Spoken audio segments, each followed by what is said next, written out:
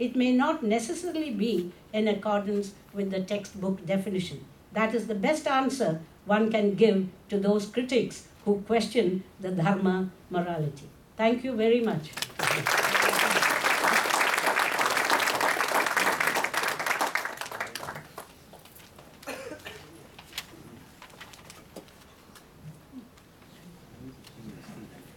What a magnificent presentation. Dr. Rukmini, I was looking at the faces. You were speaking, so you couldn't. And I looked at Shiva Bajpai, looked at Dr. Sane, looked at Subhash Kak, Dr. Kak, and others. And the smiles on their faces and the way they were appreciating all that you said spoke a lot for me. So again, I want to thank you very much. Last year, the foundation trustees met in New Delhi, and we thought that we would like to be educated on some aspects of these Dharmic traditions. And we asked two of our brilliant minds to come and talk with us. And one of those is our next speaker, Dr. Kapil Kapoor. Dr. Arvind Sharma was there, and these two people enlightened us. But after hearing Dr. Kapoor at that time, we were hoping that we would have the opportunity to hear him again.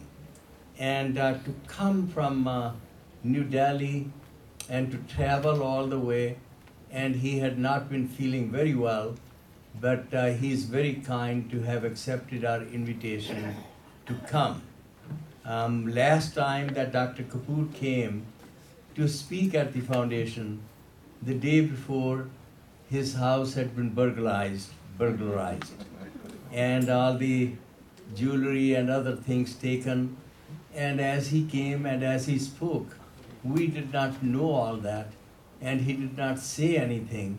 But after his brilliant presentation, we came to know about it. And today, again, not in very good health initially, but he has been very kind to come. And he told me, he said, he was sitting in New Delhi, and there was Dr. Rana. And Mrs. Kapoor said, Dr. Rana said, I'll go with you. And she said, if he's going with you, you can go. And so he was permitted. And I want to thank two of them, Dr. Rana and Mrs. Kapoor, for permitting us to have him with us. Dr. Kapoor has been served as Pro Vice Chancellor. He has been Professor of English, Professor of Sanskrit, both of them. And he has written a lot in these areas. He is the chief editor of the Encyclopedia of Hinduism.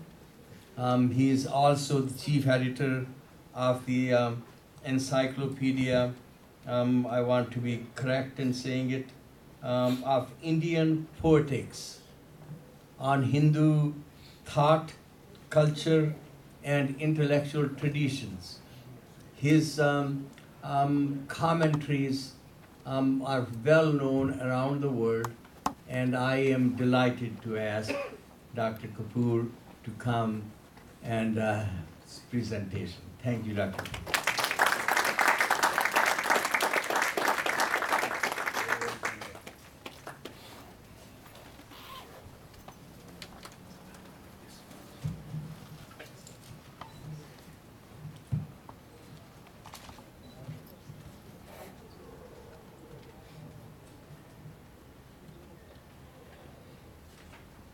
Respected Nandaji,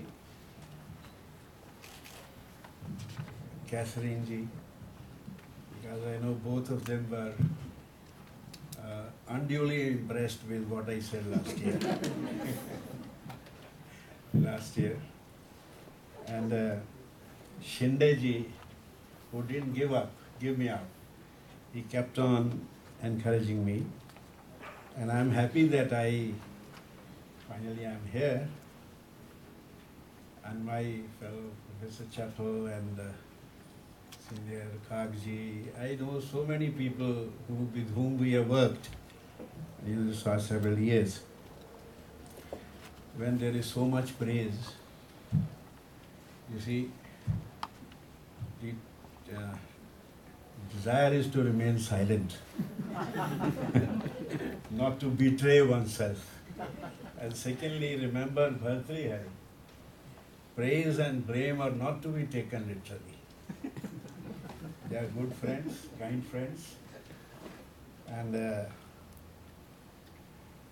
I'm here to talk about a subject which I'm not.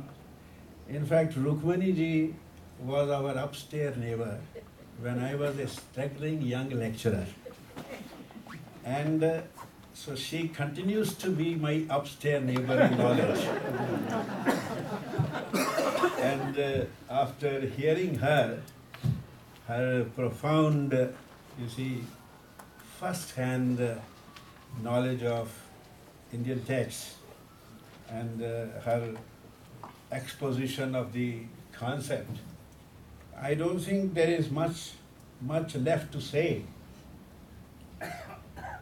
My track will be slightly different because I was a little puzzled by one, the subject, and secondly, because I am not very familiar with the basic theme of Dharmic studies in North America. So this is not where I am very much inside. I don't know. And Dharmic paradigm itself, one, I am not very happy, I am tired of the word paradigm. After Tom Spoon in 1965, you know, paradigm shift. We've been having paradigms and paradigm shifts. They are simple words. System, Dharmic system of education. I don't think it's very different from a paradigm. But I was puzzled because what would be dharmic, because it would depend on what you understand by, say, dharmic is an English visheshana, adjective of dharma. So what would dharmic paradigm mean? What would it mean? I have often wondered at various, see, what we are talking about are civilizational differences, cultural differences on a very large scale, and building up social or educational or administrative structures based on those wide and large cultural differences. Some gentleman once, I think it was the Israeli Prime Minister, who said, Swiss invented time, clock. Jews invented eternity. And I think the Hindus invented infinity, Anadi, Ananta, the endlessness. So if we mean by Dharmic paradigm something related with Dharma, Rukmani ji has given a very elaborate definitional statement about Dharma. I will quote a few actual instances and get some major meanings. For example, Adi Shankara, in his Vivek Chudamani, talks of pran ka dharma. Pran ka dharma. So pran ka, can I have a little water, please? Yeah. Pran ka dharma, prana, he means by prana, breath. You see, something that sustains your life, gives oxygen to your brain. तो प्राण का धर्म क्या है? प्राण का धर्म है श्वास, प्रश्वास, जमाई, Kshudha, bhukh lagna, these are all pran ka dharma. So dharma is a function here. It's a, with the, and interestingly, only once in Vivek Chudamani, Adi Shankaracharya uses the word dharma. He doesn't use it because he's not an ethical thinker. He is a very strongly philosophic, structural thinker. So he's not using the word in any other sense. Then Bhishma Pitama tells Draupadi, धर्म क्या है अधर्म क्या है ये बड़ा कठिन है. धर्मराज से पूछो, तुम्हारा पति धर्मराज है. Now Dharmaraj, Yudhishthira, Rukmani ji said, is the one who stands for dharma. But then he tells a lie there. It's not a literal lie, but in speech philosophy, if you judge a statement for its veracity by its effect, he told a lie. Ashwathama mar gaya par hathi pe kaunch baja diya.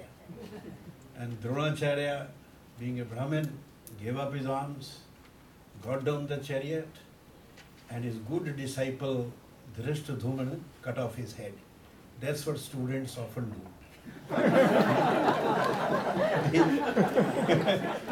One of the good examples of dharma. Now, and Yudhishthira, after losing himself, he put his wife on stake. So Bhishma Pitama said, you ask him. Their dharma means right or wrong. Very simply. Prana ka dharma, function. Right or wrong. Right or wrong. And another one in the Nyaya Sutras, dharmi dharma, very different use, substance and attribute. Substance and attribute. So, what is this is another.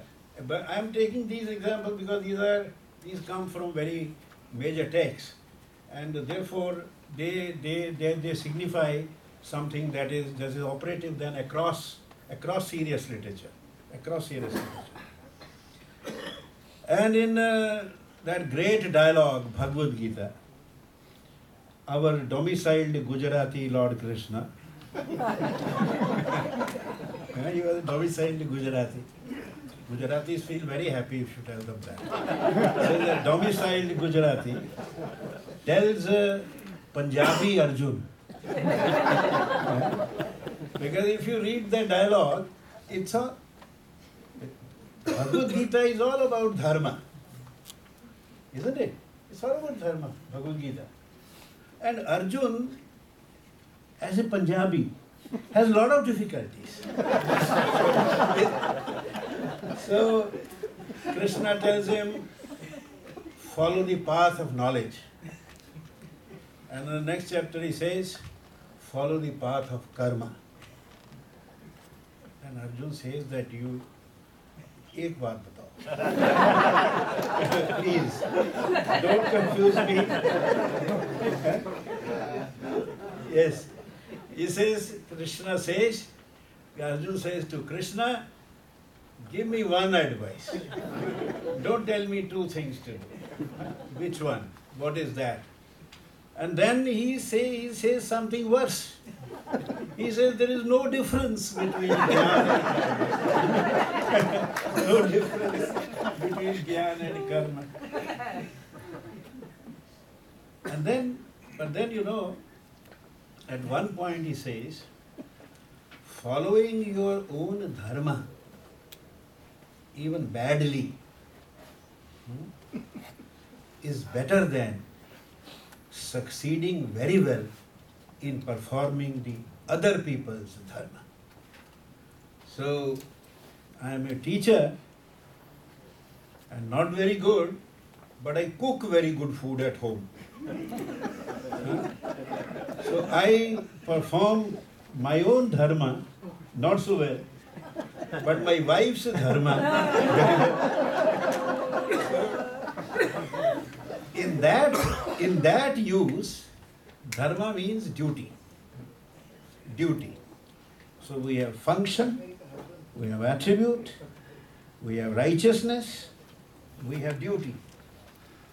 And then आग का धर्म है जलाना. Dharma of fire is to burn, and dharma of water is to quench the fire. Even if you boil water to 100 degrees, you pour it on fire, it will quench the fire. It will never give up its dharma. So that is the intrinsic property, intrinsic attribute of something, intrinsic property. And then, as for the moral and social values, which Rukmaniji has illustrated at great length, Dharma signifying moral and social values, there is one thing which I would like to say. I don't think illegitimacy is a very important matter with Hinduism. It is very important these days, maybe. But I don't think it is, because look, the entire family of the Mahabharata, they are all illegitimate. It's an epic about illegitimate, it's our word. Just as if we look at a Digambar Jain sadhu and we say he is naked, he is not naked. We see him as naked. So that all those Pandavas and all those the Pandava brothers, and right out, you see, Veda Vyasa himself, an illegitimate child, in our sense. You see? So, it didn't matter because Satyakama in Chandogya Upanishad, he goes to Gautama Rishi and says, I want to be your student. Gautama was the greatest teacher those days. Must be the person of Nyaya. He says that, I want to be your student. He says, good. Which family do you belong to? Who is your father? It's a normal question. Not that he didn't want to know his mother's name, as modern people will say, that mothers were not important. Mothers were in fact always important in Indian thought. Gautami Putra Satkarani, 1st century AD. They were great fighter, we don't know who his father was, but we know that his mother was Gautami. So it didn't matter. Satyakam, and he says, tell us your father. He says, I ask my mother and come and tell you tomorrow. And he asks his mother. And his mother says, I have served so many men in my life. I can't tell you who your father is. But Jabala, I, Jabala, am your mother. Go and tell that to your teacher.